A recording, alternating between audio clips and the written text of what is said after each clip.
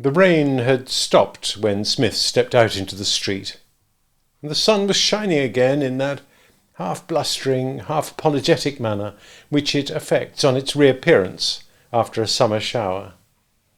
The pavements glistened cheerfully, and the air had a welcome freshness. Pausing at the corner, he pondered for a moment as to the best method of passing the hour and 20 minutes which must elapse before he could reasonably think of lunching.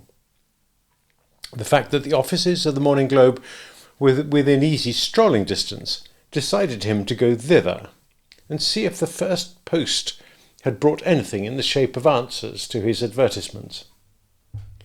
And his energy was rewarded a few minutes later when box 365, on being opened, yielded up quite a little budget of literary matter.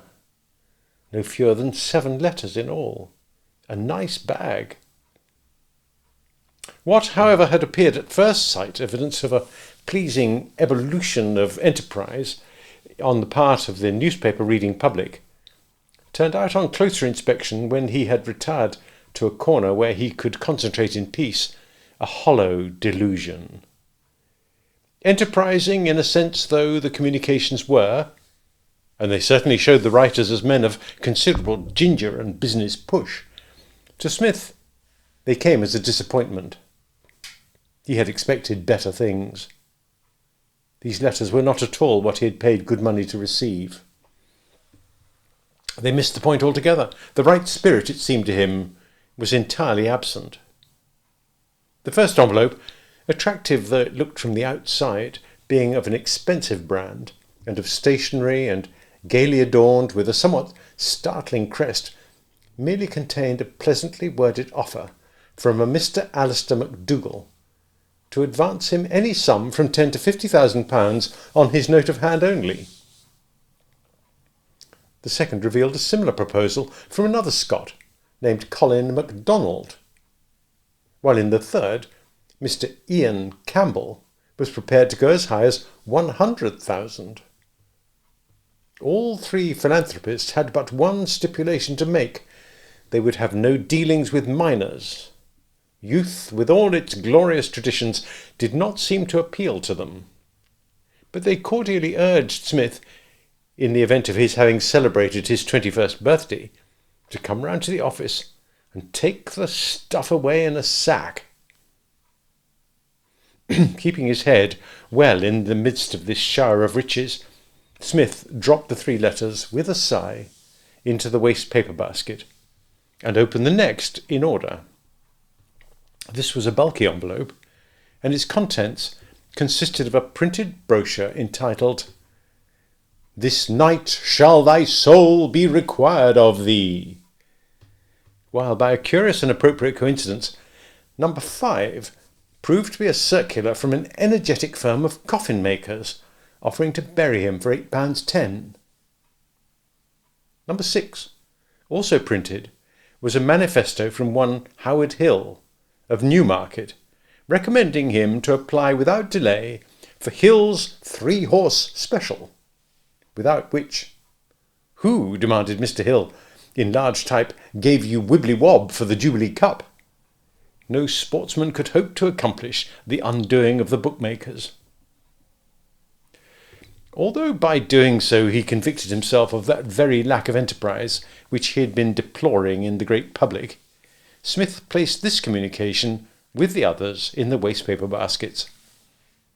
There now remained only number 7, and a slight flicker of hope returned to him when he perceived that this envelope was addressed by hand and not in typescript. He opened it. Beyond a doubt, he had kept the pick of the bunch to the last. Here was something that made up for all those other disappointments. Written in a scrawly and apparently agitated hand, the letter ran as follows: "If R. Smith will meet the writer in the lobby of the Piccadilly Palace Hotel at 12 sharp Friday, July the 1st, business may result, if business meant and terms reasonable. R. Smith will wear a pink chrysanthemum in his buttonhole, and will say to the writer, 'There will be rain in Northumberland tomorrow,' to which the writer will reply, 'Good for the crops.' Kindly be punctual." A pleased smile played about Smith's solemn face as he read this communication for the second time. It was much more the sort of thing for which he had been hoping. Although his closest friend, Mike Jackson, was a young man of complete ordinariness, Smith's tastes, when he sought companionship, lay, as a rule, in the direction of the bizarre. He preferred his humanity eccentric, and the writer, to judge him by this specimen of his correspondence, appeared to be eccentric enough for the most exacting taste. Whether this promising person turned out to be a ribald jester or an earnest crank, Smith felt no doubt whatever as to the advisability of following the matter up. Whichever he might be, his society ought to afford entertainment during the interval before lunch. Smith glanced at his watch. The hour was 11:45. He'd be able to secure the necessary chrysanthemum and reach the Piccadilly Palace Hotel by 12 sharp, thus achieving the business-like punctuality on which the unknown writer seemed to set such store. It was not until he had entered the florist's shop on the way to the tryst that it was borne in upon him that the adventure was going to have its drawbacks. The first of these was the chrysanthemum. Preoccupied with the rest of the communication, Smith, when he had read the letter, had not given much thought to the decoration which it would be necessary for him to wear, and it was only when, in reply to his demand for a chrysanthemum, the florist came forward, almost hidden, like the army at Dunsinane, behind what looked like a small shrubbery, that he realized what he, a correct and fastidious dresser, was up against. "Is that a chrysanthemum?" "Yes, sir, pink chrysanthemum." "One?" "Yes, sir, one pink chrysanthemum." Smith regarded the repellent object with disfavour through his eyeglass. Then, having placed it in his buttonhole, he proceeded on his way, feeling like some wild thing peering through the undergrowth. The distressing shrub completely spoiled his walk. Arrived at the hotel and standing in the lobby, he perceived the existence of further complications. The lobby was in its usual state of congestion, it being a recognised meeting place for those who did not find it convenient to go as far east as the traditional rendezvous of Londoners, the spot under the clock at Charing Cross Station. And the writer, while giving instructions as to how Smith should ornament his exterior, had carelessly omitted to mention how he himself was to be recognised. A rollicking, slapdash conspirator was Smith's opinion.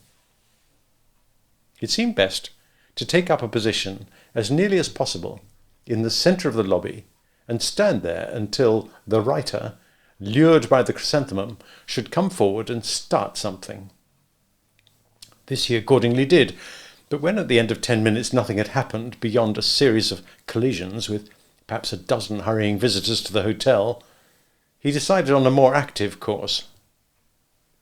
A young man of sporting appearance had been standing beside him for the last 5 minutes, and ever and anon this young man had glanced with some impatience at his watch. He was plainly waiting for someone, so Smith tried the formula on him. "There will be rain," said Smith, "in Northumberland tomorrow." The young man looked at him, not without interest, certainly, but without that gleam of intelligence in his eye which Smith had hoped to see. "What?" he replied. "There will be rain in Northumberland tomorrow." "Thanks, Zadkiel," said the young man. "Deuced gratifying, I'm sure. I suppose you couldn't predict the weather of the Goodwood Cup as well?"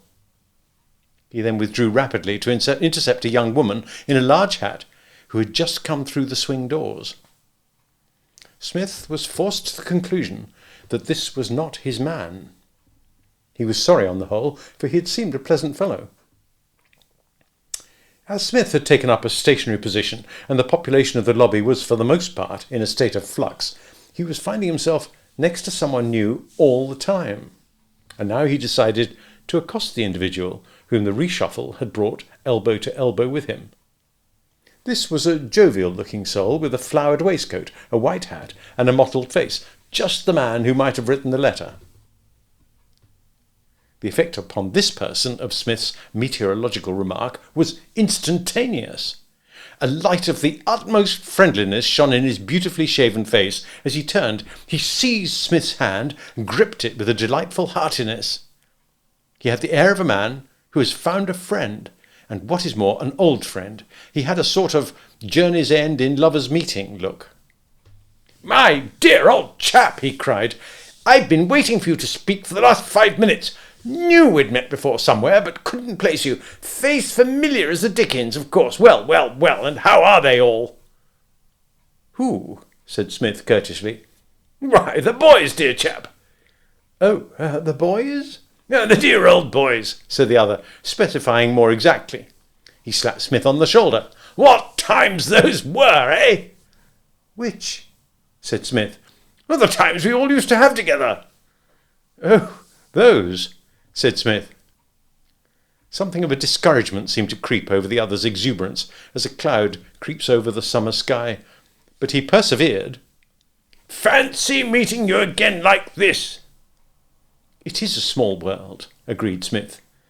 "I'd ask you to come and have a drink," said the jovial one, with the slight increase of intensity which comes to a man who approaches the core of a business deal. "But the fact is, my ass of a man sent me out this morning without a penny. Forgot to give me my note-case. Damn careless. I'll have to sack the fellow." "Annoying, certainly," said Smith.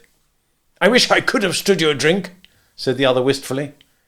"Of all sad words of tongue or pen, the saddest are these, 'It might have been,'" sighed Smith. "I'll tell you what," said the jovial one, inspired. "Lend me a fiver, my dear old boy. That's the best way out of the difficulty. I can send it round to your hotel or wherever you are this evening when I get home." A sweet, sad smile played over Smith's face. "Leave me, comrade," he murmured. "Hey!" "Pass along, old friend. Pass along." Resignation displaced joviality in the other's countenance. "Nothing doing?" he inquired. "Nothing." "Well, there's no harm in trying," argued the other. "None whatever." "You see," said the now far less jovial man confidentially, "you look such a perfect mug with that eyeglass that it tempts a chap." "I can quite understand how it must." "No offence." "Assuredly not." The white hat disappeared through the swing doors, and Smith returned to his quest. He engaged the attention of a middle-aged man in a snuff-coloured suit, who had just come within the hail. "There will be rain in Northumberland tomorrow," he said. The man peered at him inquiringly. "Hey?" he said. Smith repeated his observation. "Ha?" said the man.